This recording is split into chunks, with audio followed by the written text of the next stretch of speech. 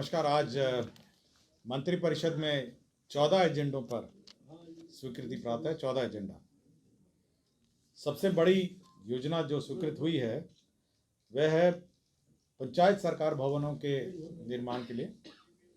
राज्य में 2165 पंचायत सरकार भवन निर्माण किए जाएंगे, जिसमें बाढ़ प्रभावित क्षेत्र में 1082 और सामान्य क्षेत्र में 1083। तो आपके 2165 पंचायत सरकार भवन निर्माण किए जाएंगे। इसमें 6010 करोड़ 10,38,48,000 रुपये 6,010 करोड़ का इस पर व्यय होगा। 6010 करोड़ का व्यय होगा। तो सबसे बड़ी योजना है जो मंत्रिपरिषद ने 2165 पंचायत सरकार भवनों के निर्माण के लिए स्वीकृति दी है। उद्योग विभाग का एक raising and accelerating MSME performance RAMP योजना की स्वीकृति के संबंध में था। इसमें जो MSME जो उद्योगपति हैं उनको hand holding, training, capacity building, Bharat सरकार की सेंट्रली स्पॉन्सर्ड स्कीम है, रैम्प करके है। और इसके अंतर्गत 140.74 करोड़ की स्वीकृति प्राप्त हुई है। ये सेंट्रल सेक्टर योजना है, रैम्प योजना। सेंट्रल सेक्टर योजना का मतलब है कि 100% ये सेंट्रल सेक्टर योजना है। तो 140.74 करोड़ की योजना है जो बेसिकली आपके MSME सेक्टर में जो उद्योगपति हैं, जिसमें उद्यमों के सुधार एवं क्षमतावर्धन है, केंद्र राज्य सहयोग में तेजी लाना, प्रौद्योगिक उन्नयन योजना में प्रभावशीलता को बढ़ाना, सूक्ष्म लघु एवं मध्य उद्यमी योजनाओं को वित्त पोषण से मजबूत करना, माइक्रो एवं स्मॉल एंटरप्राइजेस के लिए क्रेडिट गारंटी ट्रस्ट को और प्रभावशाली बनाना और विलंबित भुगतान के मामले को कम करना। तो ये जो MSME में जो समस्याएं हैं उसका समाधान और कैपेसिटी बिल्डिंग के लिए यह योजना स्वीकृत हुई।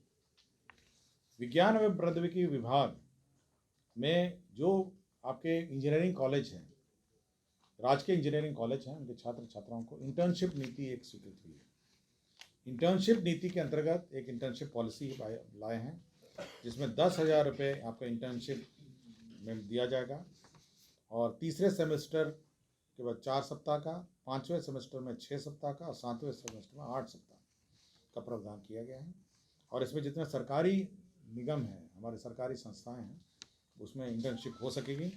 और इनको इंटर्नशिप प्रोत्साहन राशि जो है वो 10,000 रुपये दे होगी। तो ये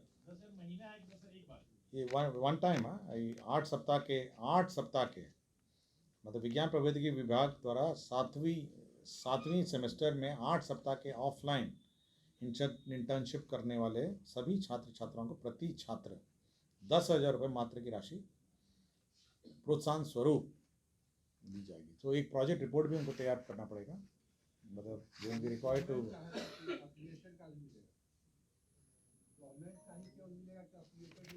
सभी का है, लेकिन मतलब आपको एक आपके जितने निगम है ये सब हैं, तो आपको एक प्रोजेक्ट रिपोर्ट तैयार करना पड़ेगा और 10,000 रुपीज़ जो है इंटर्नशिप आपको एक वन टाइम आपको दिया जाएगा।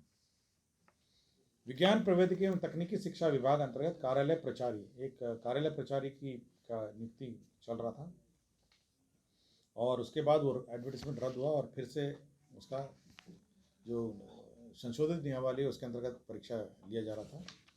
तो पूर्व में जो परीक्षा शुल्क लिया जा रहा था उसके आलोक में नए परीक्षा में परीक्षा शुल्क नहीं लिया जाएगा। तो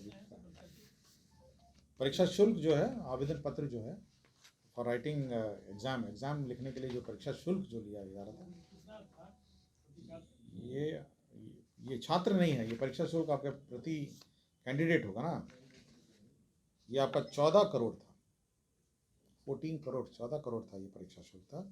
3,46,777 लोगों ने परीक्षा शुल्क भरा था और फिर से री एग्जामिनेशन हुआ तो परीक्षा शुल्क माफ करना है। हाँ, उन लोगों ने, कैंडिडेट्स ने दिया था 14,92,65,000। तो नए के लिए भी उतना ही लगा। पशु एवं मत्स्य संसाधन विभाग के 3 प्रस्ताव थे।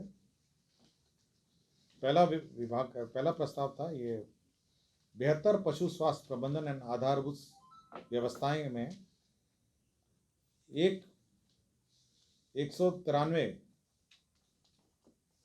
और केंद्र प्रायोजित राष्ट्रीय पशुधन स्वास्थ्य रोग नियंत्रण कार्यक्रम के अंतर्गत 96 करोड़ और राज्यांश के रूप में 64 करोड़, तो कुल 193.91 करोड़ का 193.91 करोड़ का योजना है। और इसमें जो पशु के डोर स्टेप डिलीवरी, मतलब पशु पालकों को डोर स्टेप डिलीवरी की सुविधा उपलब्ध होगी। इसका मतलब यह है कि एक ऐप रहेगा और मोबाइल का कॉल सेंटर रहेगा, और कोई भी पशुपालक अगर चाहेंगे तो ऐप और कॉल सेंटर के माध्यम से आप सर्विसेज रिक्वेजिशन कर सकते हैं और उनको डोर स्टेप डिलीवरी डॉक्टर्स की और मेडिकल असिस्टेंस उनके पशु को मिलेगी। तो इसमें 193.91 करोड़ का व्यय होगा। दूसरा प्रस्ताव ये था जो प्रधानमंत्री मत्स्य संपदा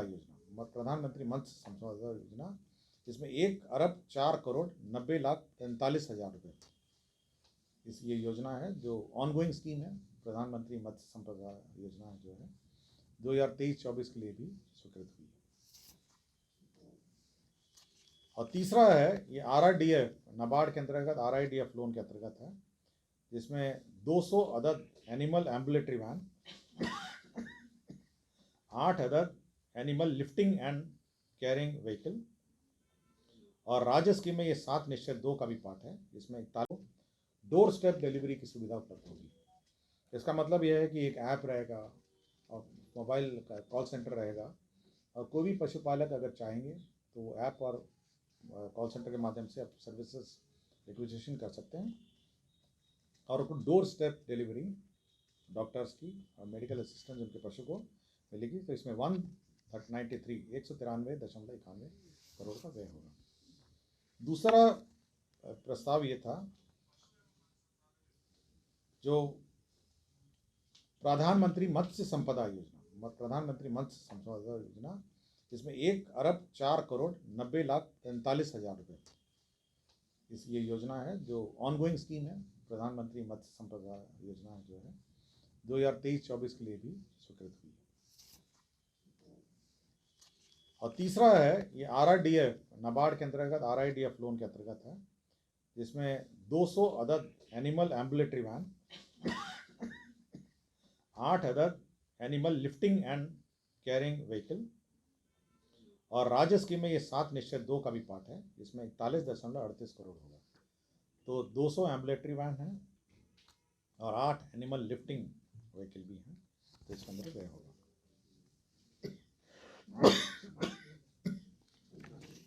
3 योजनाएं हैं प्रधानमंत्री ग्राम सड़क योजना। ये योजना फेज 3 की है। एक किशनगंज जिले की है ठाकुरगंज प्रखंड में, दूसरा दरभंगा जिले के कीरतरपुर प्रखंड में है, और तीसरा आपका किशनगंज जिले के टेढ़ागाछी प्रखंड में। तो 3 योजनाएं स्वीकृत हुई हैं। एक में आपके 64 करोड़ 67,11,00,000 रुपये व्यय होगा। ये किशनगंज जिले के ठाकुरगंज प्रखंड का रोड है।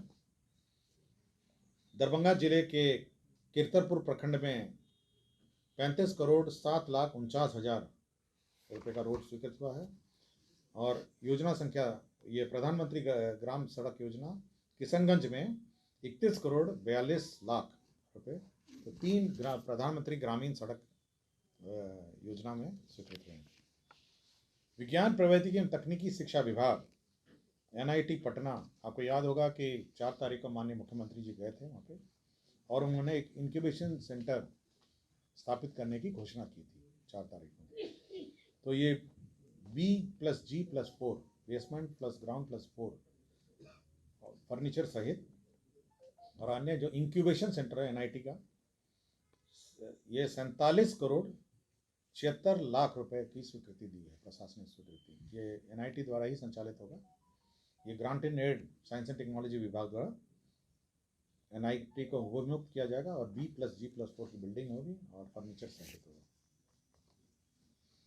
आगामी लोकसभा चुनाव निर्वाचन में 2024 और 25 में जो पर्सनल मैनेजमेंट है, सॉफ्टवेयर जो है, जिसके माध्यम से इलेक्शन पर्सनल का डिप्लॉयमेंट होता है और मॉनिटरिंग होता है, वह एनआईसी द्वारा उनकी संस्था एनएक्सी से कराए जाने का निर्णय लिया गया है। इसकी अनुमति दी गई है इलेक्शन विभाग को नॉमिनेशन के आधार पर। नगर विकास विभाग में जो नगर निकायों के लिए वाणिज्य कर विभाग द्वारा पेशा कर, जो आपके पेशा कर जो वसूली होती है, उससे 75 करोड़ जो है वो विभिन्न नगर निकायों को विमुक्त करने के लिए प्रस्ताव आया था। ये नगर विकास एवं आवास विभाग का है। और अंतिम एजेंडा ये था कि योजना एवं विकास विभाग का, जिसमें राज्य योजना अंतर्गत जो कार्यरत बिहार मौसम सेवा केंद्र जो सृजित पद हैं, ये पहले योजना मद में थे और हर 5 साल इसको रिन्यू होना था। अब एक गैर योजना मद में स्थानांतरण कर दिया गया। ये योजना को ही स्थानांतरण गैर योजना में कर दिया गया है। इसमें 10 हैं आपके जो प्रशासनिक पद हैं और तकनीकी विशेषज्ञ पद 43 हैं। तो मौसम विज्ञान केंद्र, आपको जानकारी होगा, मौसम विज्ञान केंद्र का एक ऐप भी है जिसके माध्यम से टेम्परेचर और वेदर की जानकारी मिलती है। तो 43 हो गए आपके एक्सपर्ट, और आपके जो क्लरिकल और एडमिनिस्ट्रेटिव स्टाफ हैं वो 10 हैं। ठीक है।